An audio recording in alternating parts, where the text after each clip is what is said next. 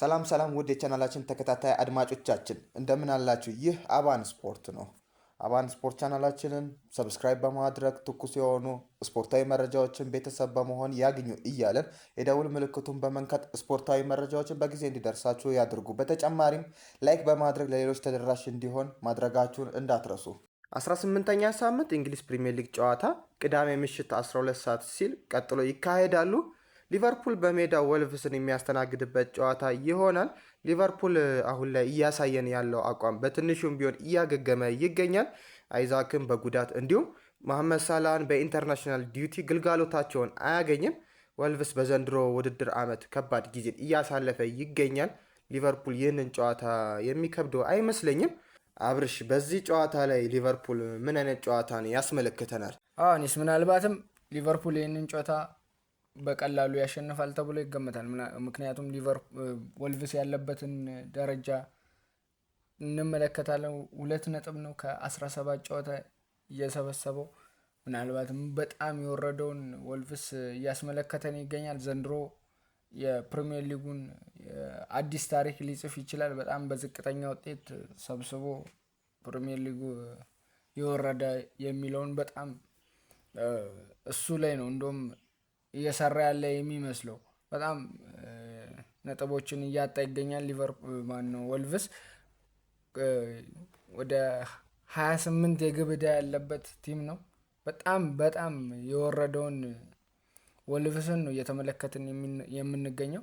አምና እያሳየን የነበረው ወልቭስ እና ዘንድሮ እያየነው ያለው ወልቭስ በጣም የተለያየ ነው እና ዘንድሮ ይወርዳሉ ተብሎ ከሚጠበቁት ውስጥ ወልቭስ አንዱና ዋነኛው ነው እና በሌላ በኩል ምን ያህል ውጤት ይዞ ይወርዳል ነው እንጂ አሁን ይወርዳል አይወርድ የሚለው ሳይሆን ምን ያህል ውጤት ይዞ ይወርዳል የሚለውን ነው እየተጠበቀ ያለው እንደውም።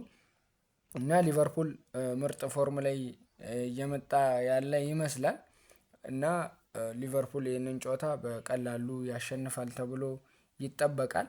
በቶተናሙ ጨዋታ ተመልክተናል። 2-1 ያሸነፈበትን ጨዋታ ማለት ነው። ቶተናም ምናልባት በቀይ ሲሞንስን በቀይ ካጣ በኋላ በጣም ተቸግሮ እንደሆነ ተመልክተናል። ነገር ግን ሊቨርፑል አሁንም የሚቀረው እንደሆነ አስመልክቶናል። የወልቭስ ጨዋታ ያን ያህልም ቫሊዩ ላያደርግ ይችላል። ነገር ግን ፕሪሚየር ሊግ እስከሆነ ድረስ ሁሉም ቲሞች ከባድ እንደሆኑ አስመልክቶናል። ወልቭስ ራሱ ከአርሰናል ጋር የነበረውን ጨዋታ እንዴት እንደተጫወተ ተመልክተናል። ይህንንም ጨዋታ ሊቨርፑልን ከሜዳ ውጭ በመሆኑ በዛው ፎርም ከአርሰናል ጋር በነበረው ፎርም ይዞት ይገባል ብዬ አስባለሁ። ምክንያቱም በደንብ ብሎክ አድርጎ 1 ነጥብ ትልቅ ቫሊዩ ስላለው ማለት ነው። ከትልቅ ቲም በጣም 1 ነጥብ እንደ 3 ነጥብ ስለሚቆጠር እና ይህንንም ጨዋታ በጣም ዘግቶ ለመጫወት ይሞክራል። ነገር ግን ሊቨርፑል ሁጎ ኢኪቲኬ በጣም ምርጥ ፎርም ላይ የሚገኘው ሁጎ ኢኪቲኬ በዚህኛውም ጨዋታ ላይ በጣም ሻይን ያደርጋል ብዬ አስባለሁ እና እንደ ነጋክፖ ያሉ ውርትዝ ያለ የሳላ አለመኖር እና የአይዛክ አለመኖር ቲሙን በሌላ መልክ ለመስራት የሚጠቅመው ይመስለኛል ለስሎት ማለት ነው። እና የሳላ አለመኖር በተለይ በደንብ ቤንች አድርጎት ምን ያህል ቀውስ ውስጥ እንደገቡ እናስታውሳለን። ነገር ግን አሁን ላይ በኢንተርናሽናል ዲዩቲ ምክንያት አሁን ቡድን ውስጥ ስለሌለ በዚሁ ፎርም የራሳቸውን ቲም በደንብ ለመገንባት የሚመቻቸው ይመስለኛል እና ለመገንባትም እንደዚህ አይነት ቀለል ያሉ ቲሞችን ለማሸነፍ እና ያው የዊኒንግ ሜንታሊቲን ለማስቀጠል በደንብ ይጠቅማቸዋል ብዬ አስባለሁ።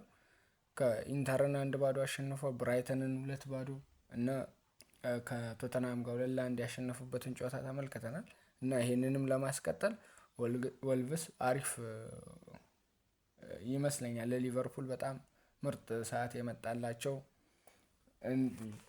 ቡድን ነው ማለት ነው እና ይሄንን ቲም ለማሸነፍ ብዙም የሚቸገሩ አይመስለኝም እና ቲሞችን ቡድናቸውን በስርዓት ለመስራት እና እንደዚህ አይነት ቼንጆችን ለማድረግ በጣም ይጠቅማቸዋል። እንደ ዊርትዝ ያለ ሻይን ለማድረግ አሁን ምርጥ ፎርም ላይ እየመጣ ያለው ዊርትዝ እሱንም ሻይን ለማድረግ በደንብ ይጠቀምበታል፣ እንደዚህ አይነት ጌሞችን ማለት ነው። እና ከዛ በኋላ ከሊድስ ጋር ነው፣ ከዛ ከፉልሃም ጋር እንደዚህ አይነት ጌሞች ደግሞ በጣም ከበድ እያሉ ይመጣሉ። ከዛ በኋላ ፎርም ከሰራ በኋላ ቢያንስ እንደዚህ አይነት ጌሞችን ማኔጅ ለማድረግ ብዙም የሚከብድ አይመስለኝም። ነገር ግን እንደዚህ አይነት ጌሞች ላይ በደንብ መስራት አለበት፣ ቲምህን ማስተካከል አለብህ። ከዛ በኋላ ከአርሰናል ጋር አለ እንደዚህ ቦክሲንግ ዴይ ደግሞ እየተደራረበ ሲመጣ ከባድ ነው የሚሆነው። ምክንያቱም እንደ ኮናቴ ያለ 4 ቢጫ ያለው ተጫዋች ነው፣ ጎሜዝ አይኖርም። በዚህኛው ጨዋታ በወልቭሱ ጨዋታ ቢጫ የሚያገኝ ከሆነ ቀጣይ ከሊድስ ጋር ያለውን ጨዋታ የሚያልፈው ይሆናል፣ ሌላ መከራ ይሆናል። በሱ በኩል ጎሜዝ የለም። ቢያንስ ከወልቭስ ጋር እንኳን ቢጫ ባያገኝ ከሊድስ ጋር የሚያገኝ ከሆነ ከፉላም ጋር ጨዋታ የሚያልፈው ይሆናል። በዚሁ እንትን በደንብ ሊቨርፑል የሚቸገር ይመስለኛል፣ በተከላካዩ በኩል ማለት ነው። አሁንም ጥር የዝውውር መስኮት ላይ ወደ ተከላካይ ፊታቸውን የሚያዞሩ ይመስለኛል። ሊቨርፑልም ማርክ ጉሂም ባይሆን ሌላ ተጫዋቾችን ለማስፈረም እንቅስቃሴ ያደርጋሉ ብዬ አስባለሁ። ሊቨርፑል አሁን እንደዚህ አይነት እድሎችን ማሸነፍ ይኖርበታል። ከቼልሲ ጋር ያለውን የነጥብ ልዩነት ደግሞ እንትን ለማለት ለማስፋት ለማጥበብ በደንብ የተሻለ ይመስለኛል፣ ከቼልሲ ጋር ያላቸውን የነጥብ ልዩነት ማለት ነው።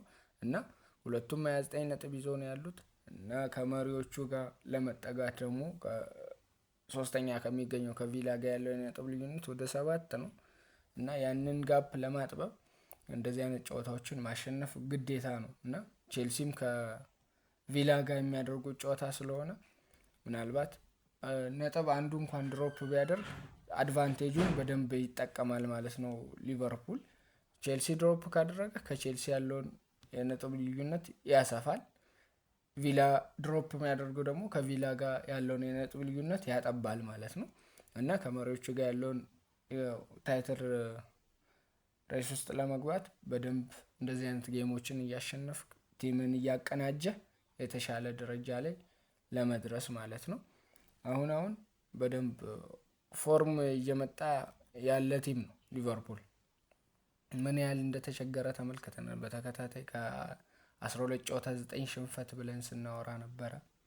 አሁን ከ3 ጨዋታ ያለፉትን 3 ጨዋታዎችን 3ቱንም ማሸነፉ እናስታውሳለን። 1 ግብ ብቻ ነው የተቆጠረበት። ግን እንደዚህ እያለን ቢያንስ ብናወራ ተመልክተን እንደዚህ አይነት እንትኖችን ስናወራ ማለት ነው ስታቶችን ስናወራ ብዙ ጊዜ የጌሙን እንትን ላይገልጽ ይችላል ስታት ምናወራ ከሆነ ማለት ነው። ነገር ግን ሊቨርፑል አሪፍ ፎርም ላይ የመጣ ያለ ቲም ነው እና እንደዚህ ወልቭስን ያሸንፋል ብዬ አስባለሁ እና ነጥቡንም ከፍ ያደርጋል ብዬ አስባለሁ። ሊቨርፑል የተሻለው ቲም ነው በዚህኛው ጌም ማለት ነው። እስከ ፕሮግራማችን ፍጻሜ ድረስ አብረናችሁ የቆየ ነው እኔ አኒስ አህመድ እና አብርሃም ዳንኤል ነበር። አብራችሁን ስለነበራችሁ ከልብ እናመሰግናለን። ሰብስክራይብ ያላደረጋችሁ ሰብስክራይብ አድርጉ። ሰብስክራይብ ያደረጋችሁ ደግሞ ተጨማሪ መረጃ እንዲደርሳችሁ የደውሉን ምልክቱን ተጫኑ። የዛሬ ፕሮግራማችን ይህን ይመስላል። መልካም ቀን ይሁንላችሁ።